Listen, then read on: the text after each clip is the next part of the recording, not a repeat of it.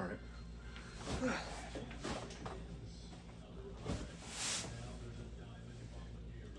Well, one day I'm actually be cute on this dang thing. Are you ready? Yeah. Hey, I'm Deterius. Oh, I said I was ready. That would have made sense. Come on, you gotta. Don't rush me. We only got so much film we gotta use before, because we gotta hurry up and get this out there. So if we're not ready, just don't start it until we're ready.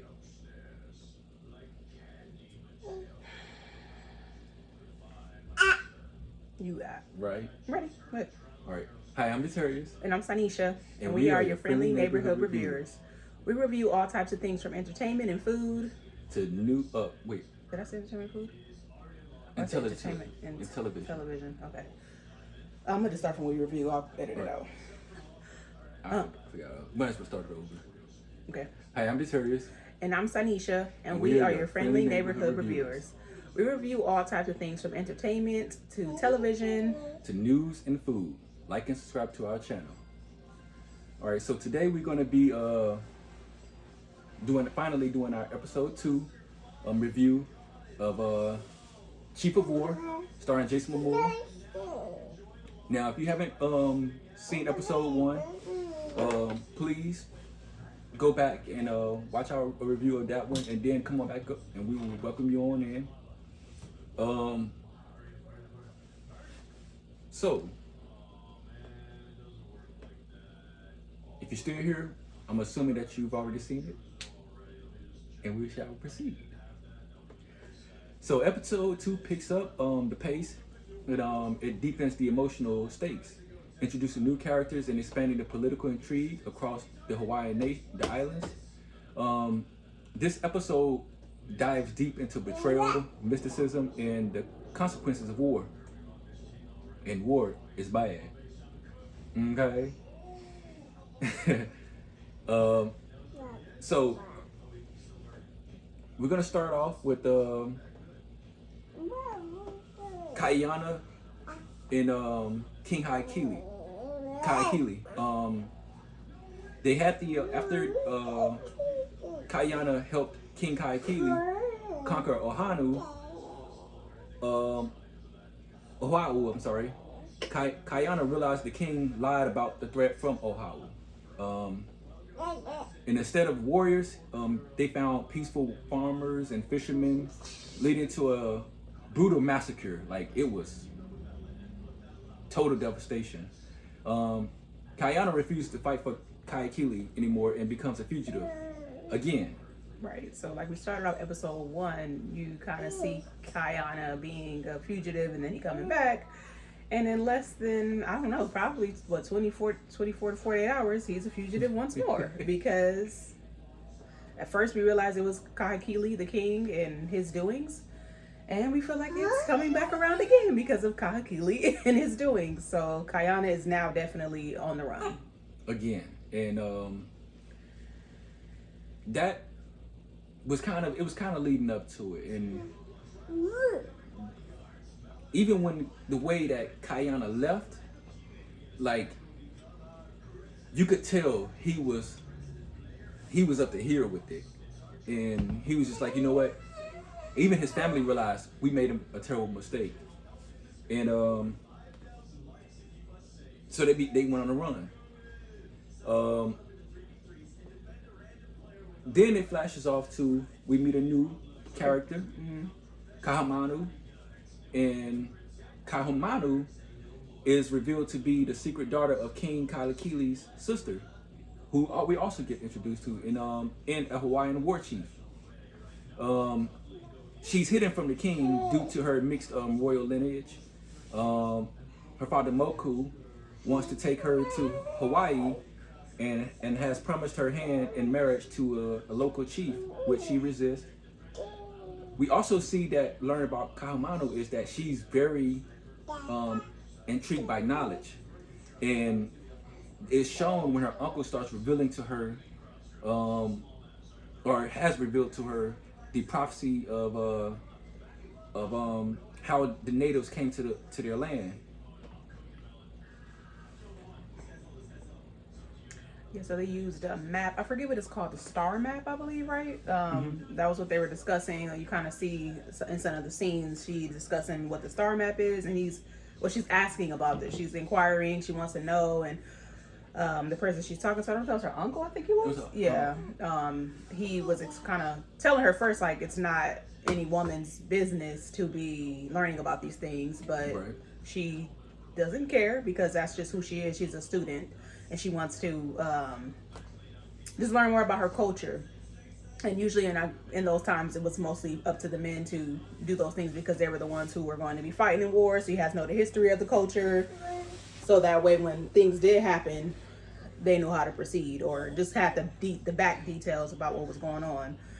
So for this new character that does arise, which is Kahumanu, there's a lot of things that takes place in her life that is important to the show, and Absolutely. we kind of get to know her a lot more, and then know some of her family as well. And one thing that we learned is Kahumanu did not want to get married, so she sought out, to the prophetess Taula. And Taula tells Kahumanu that the gods fear her and that her path to freedom requires a guardian. And Taula also warns Kayana about the prophecy and his role in it, adding layers of spiritual tension there. And it kind of gives you the feeling that these two are going to play an important role in each other's lives. They just don't know it yet. Right. Exactly. And then this one kind of goes like different scenes. It'll be 1 minute you're, seeing Kayana on the run, then it's back to Kahumanu. It's kind of honestly back in between both of them, to be honest, for the most of the episode. Yeah, it's mostly these two are, like I said, they're intertwined. So we're learning the different dynamics of that's going to play a large role in probably coming in the next episodes and beyond in this season. To see how what path they're going to take. Kayana is on the run still, so Kaikili sends his men to capture Kayana, dead or alive. He didn't care all he wanted was his mana, and he didn't care if they had to bring him in alive, or if they killed him, they just had to bring back his bones if they killed him. So Kayana flees through the jungle, drawing the warriors away from his family. And let me tell you something, I would have squared up with my family if it was me, if I was Kayana. But then he ended up getting injured and ends up in a cave where Kahumanu nurses him back to health, and that's what their paths paths finally get to meet. And she recognized some of his tattoos. I'm not gonna give you that type of spoiler, but it goes back to the prophecy. And so when you see it, you're gonna be like, oh, and then a new, I don't want to say more involvements come in play. We have the European arrival, and like I said, in the first episode, this is before colonization, so now they're starting to come there, and European ships arrive. Wary due to Captain Cook's fate, Kayana ends up and Kahumanu ends up running into the Europeans, and it was tense. They had a stare down to make sure they was testing each other's temperature and making sure that you come in peace and I come in peace. And Kayana ends up killing one of Kaikili's men, sneaking up on the Europeans, and he earned their trust because he saved their life. As Kayana leaves, he tells Kahumanu, go to this meeting spot where my family is, give them this, and they will know exactly what this means. He draws Kaikili's men away from the Europeans and Kahumanu, and they're after him deep. So they get to the cliff, and Kayana realizes, hey, look, this might cost me my life, but I gotta fight. So he fights, and the war chief ends up charging him after a lot of the men got killed, and Prince Kalupe sees from a distance that they're trying to kill him and they're not trying to capture him. So he's now looking at distrust, like, what is going on here?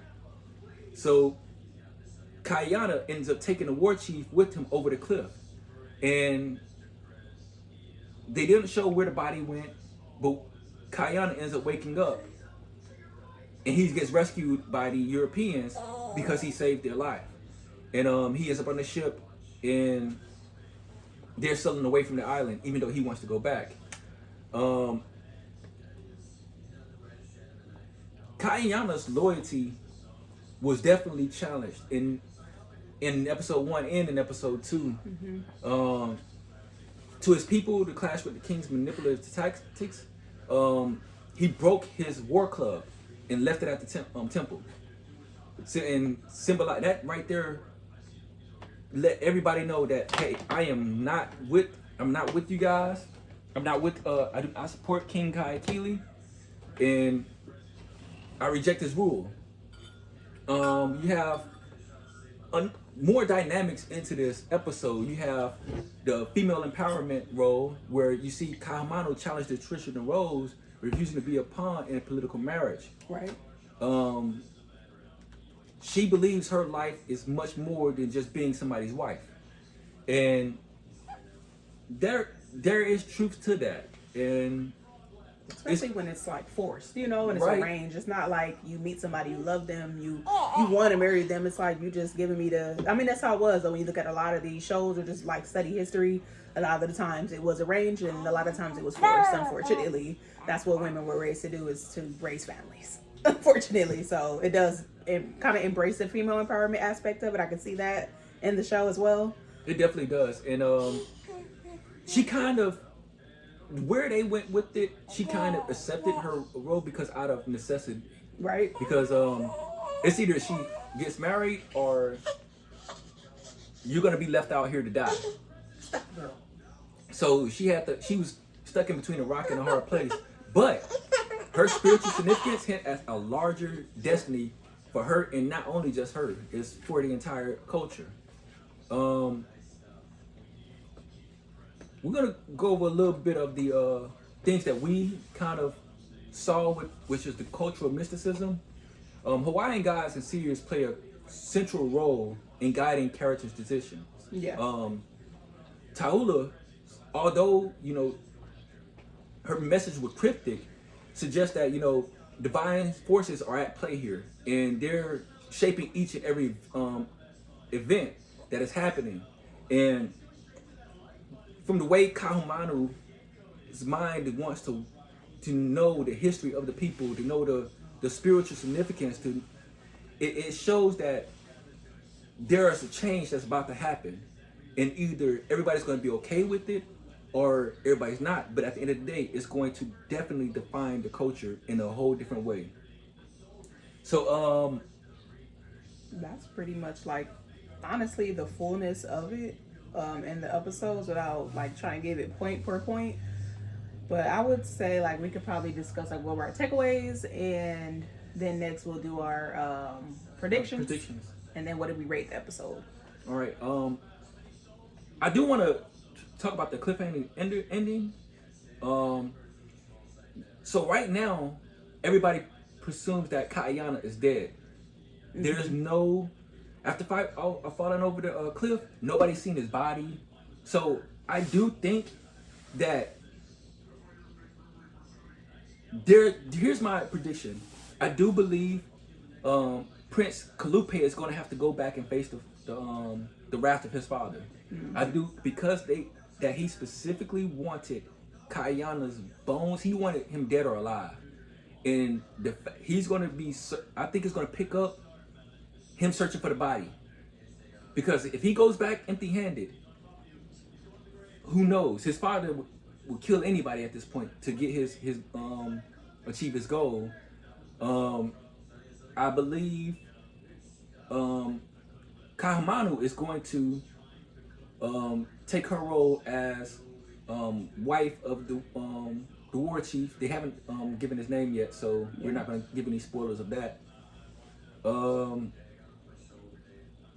interested to see what the family, Kayana's family, is going to be doing, because they don't know if he's alive, and nobody has seen his body. Right. So I wonder how that's going to play out with them. Where they're going to fit in on Hawaii, because they're home. They can't go back home. Right.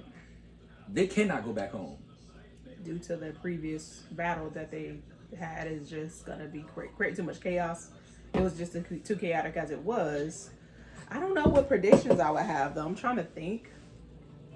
I think Kayana's going to, when he goes to the foreign land, he's going to learn a new language. I think he's going to learn how to use firearms. And I think because of the trust that he has established with the Europeans, I believe they're going to play a part in the war in helping stop Kaikili. Now, I'm assuming, I'm going to go out on a limb and say that I believe by the end of the show, Kayana is going to be the king to unite everybody. And I think he's going to do that with the help of the Europeans. Now, how much can he trust them? I don't know. I think they're going to end up, betraying everybody once they get inside. But that's still up to Graf right now. I think he's going to learn their ways, their culture while he's away, and they're going to go back, and he's going to help take over. He's going to help take over. And who is he going to back? I don't know. That's going to be the interesting question. Who is he? Because what if Hawaii's chief is just as bad as Kaikili? Yeah. Now you're going to have a dynamic where you're going to do the lesser of two evils. And we already seen that Kayana is not the one to choose those type of things. If he's going to stand on what he believes, and it's going to be interesting.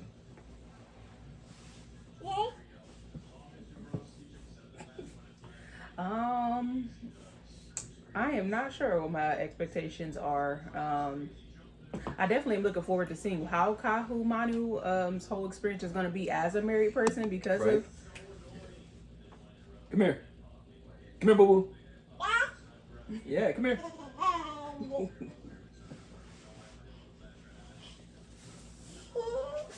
Yeah. Yeah. Yeah. I'm also still curious of how Kayana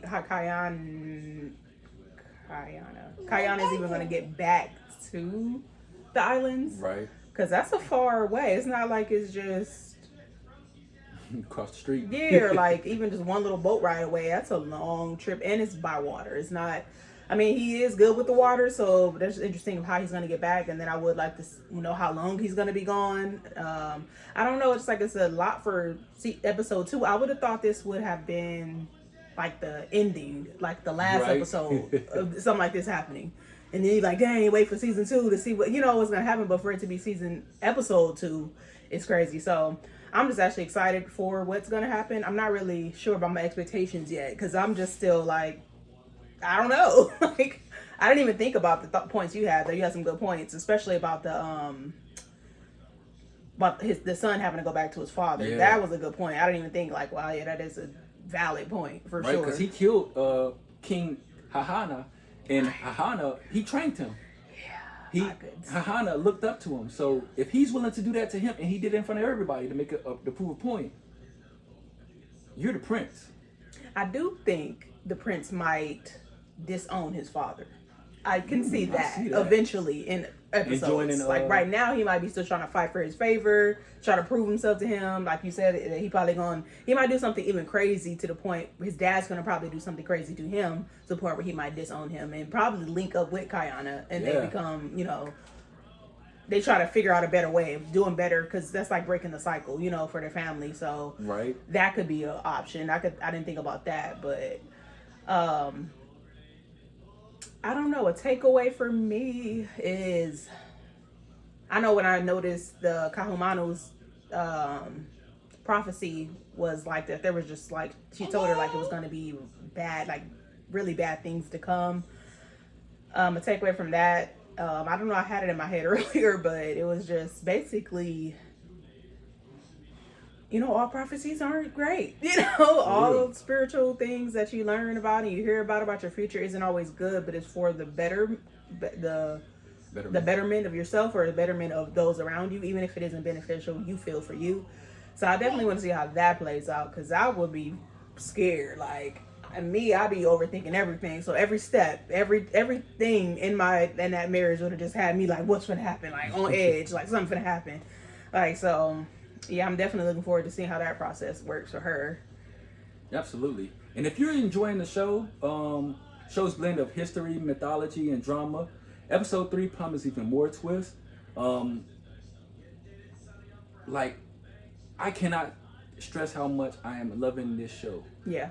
And if I have to rate it out of this episode, out of 5, what was it? We're gonna say Cupids, 5 Cupids. because we love on this channel.